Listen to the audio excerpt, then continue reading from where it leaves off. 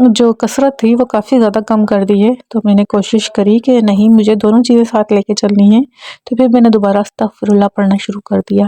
یہ بھائی بتاتے ہیں کہ عصر کے بعد ایک دن، عصر کے بعد میں صوفے پہ بیٹھا ہوا تھا اور میں درود پاک صلی اللہ علیہ وآلہ وسلم صلی اللہ علیہ وآلہ وسلم آنکھیں بند کر کے پڑھ رہا تھا۔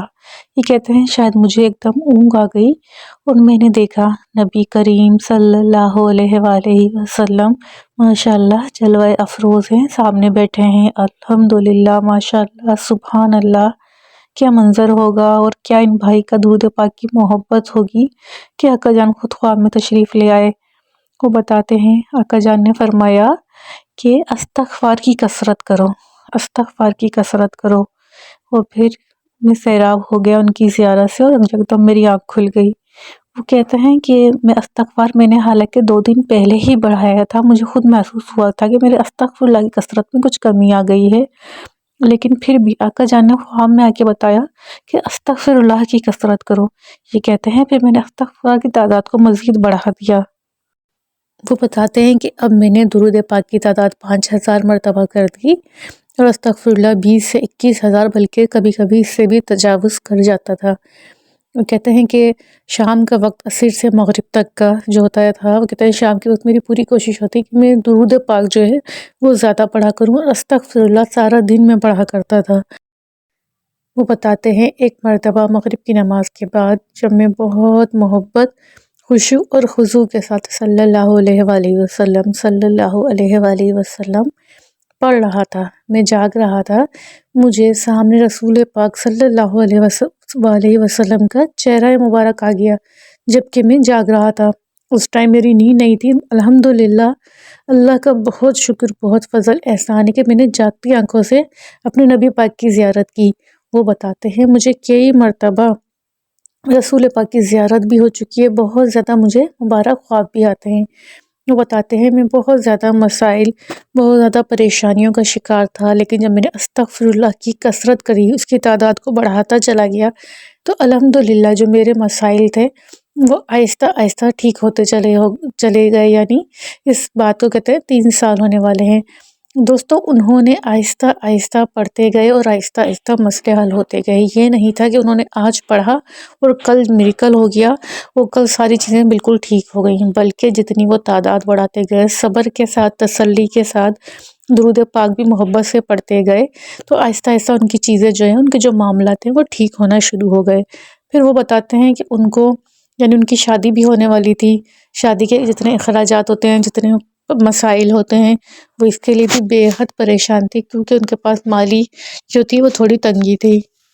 لیکن وہ کہتے ہیں کہ استغفر اللہ کی کثرت کرنے سے الحمدللہ جو معاشی تنگیاں تھیں، جو معاشی مسائل کا شکار تھا، یعنی شادی کے لیے جو انتظامات کی کمی ہو رہی تھی، وہ مالی معاملات جو ہیں وہ کہتے ہیں بے حد جلدی اور بے حد احسن طریقے سے حل ہو چکے ہیں، پیسوں کا بندوبست بھی ہو چکا ہے اور بہت اچھے طریقے سے سارا انتظام جو ہے وہ ہو چکا ہے۔ اور جو ان کا اپنا کاروبار ہے، یعنی جو یہ کام کرتے ہیں شاید ٹرانسپورٹیشن وغیرہ کا، وہ کہتے ہیں اس میں بھی کافی زیادہ یہ پریشانی کا شکار تھے، لیکن کہتے ہیں کہ اس معاملے میں بھی بے حد بہتری ہوئی ہے اللہ کے حکم سے، اللہ کے کرم سے، استغفر اللہ کی برکت اور رسول کریم صلی اللہ علیہ وسلم کی نظر رحمت کی وجہ سے کام میں بے حد برکت، بے حد کامیابی ہوئی اور بہت سارے جو مسائل تھے وہ خود اس طرح حل ہونا شروع ہو گئے کہ ان کو زیادہ جدوجہد نہیں کرنی پڑی اور خود آسانی سے سارے معاملات جو ہیں وہ کہتے ہیں ٹھیک ہونا شروع ہو گئے۔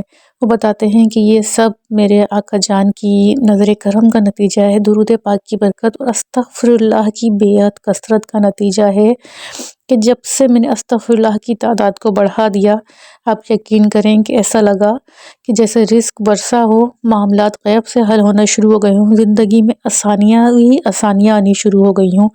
لیکن یہ سب کچھ یکدم نہیں ہوا، بہت تسلی، بہت صبر کے ساتھ، بہت امید اور بہت یقین کے ساتھ استغفر اللہ اور درود پاک کی کثرت کو رکھا، بہت دل سے درود پاک پڑھا، بہت محبت سے درود پاک پڑھا، تو نظر کرم بھی ہوئی، اللہ کا کرم بھی ہوا، بے حد آسانیاں اور برکتیں میری زندگی میں شامل ہوئیں الحمدللہ۔ دوستو دیکھیے اس ویڈیو میں ان بھائی کی یعنی سٹوری سننے کے بعد 3 سال لگے ان کو ان کے مسائل کو حل ہونے میں، لیکن انہوں نے سب سے مین کیا چیز بتائی کہ درود پاک بے حد محبت سے پڑھا، استغفار بے حد محبت اور بے حد یقین سے پڑھا۔ یعنی یہ دونوں چیزیں بہت زیادہ میٹر کرتی ہیں دعاؤں کی قبولیت، پریشانیوں کو دور کرنے میں۔ تو دوستو ہمیں بھی جو ہمارا کام ہے ہمیں صرف وہ کرنا ہے، یعنی ہمیں بہت محبت اور حقیقت کے ساتھ درود پاک پڑھنا ہے، ان کی نظر کرم کی دعا مانگنی ہے، استغفر اللہ کثرت سے پڑھنا ہے، اور صبر اور یقین یہ دونوں چیزیں اپنی زندگی میں شامل رکھنی ہے۔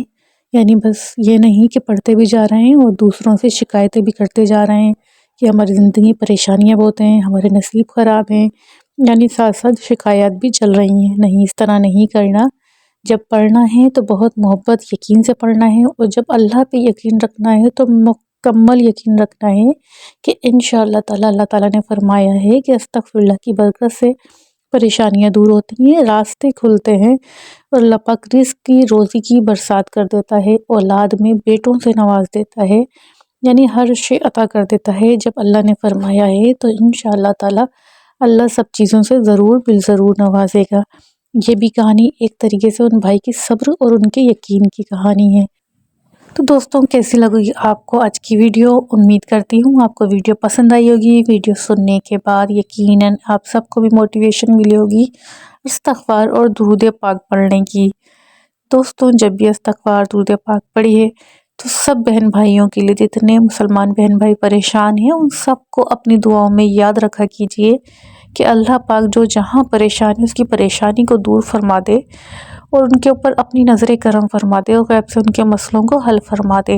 جب آپ کسی دوسرے بہن بھائی کے لیے اس کی غیر موجودگی میں دعا کرتے ہیں تو فرشتے آپ کی دعاؤں پہ آمین کہا کرتے ہیں، اور ہو سکتا ہے آپ کی کوئی دعا آپ کے کسی بھائی کی یا بہن کی بگڑی بن جائے آپ کی دعا کی وجہ سے۔ دوستو آج کی ویڈیو کا یہی اختتام کرتے ہیں۔ امید کرتی ہوں ویڈیو آپ کو پسند آئی ہوگی۔ ویڈیو میں کچھ بھی اچھا لگا ہو تو ویڈیو کو لائک ضرور کیجئے، چینل پہ نئے ہیں تو چینل کو سبسکرائب کیجئے، اور کمنٹس باکس میں اپنی قیمتی رائے کا ضرور اظہار کیجئے۔ انشاءاللہ ملتے ہیں کسی اور بہت پیاری سی میڈیکل اسٹوری کے ساتھ۔ اپنا بے حد خیال رکھیے گا، دعاؤں میں یاد رکھیے گا۔ السلام علیکم ورحمۃ اللہ وبرکاتہ۔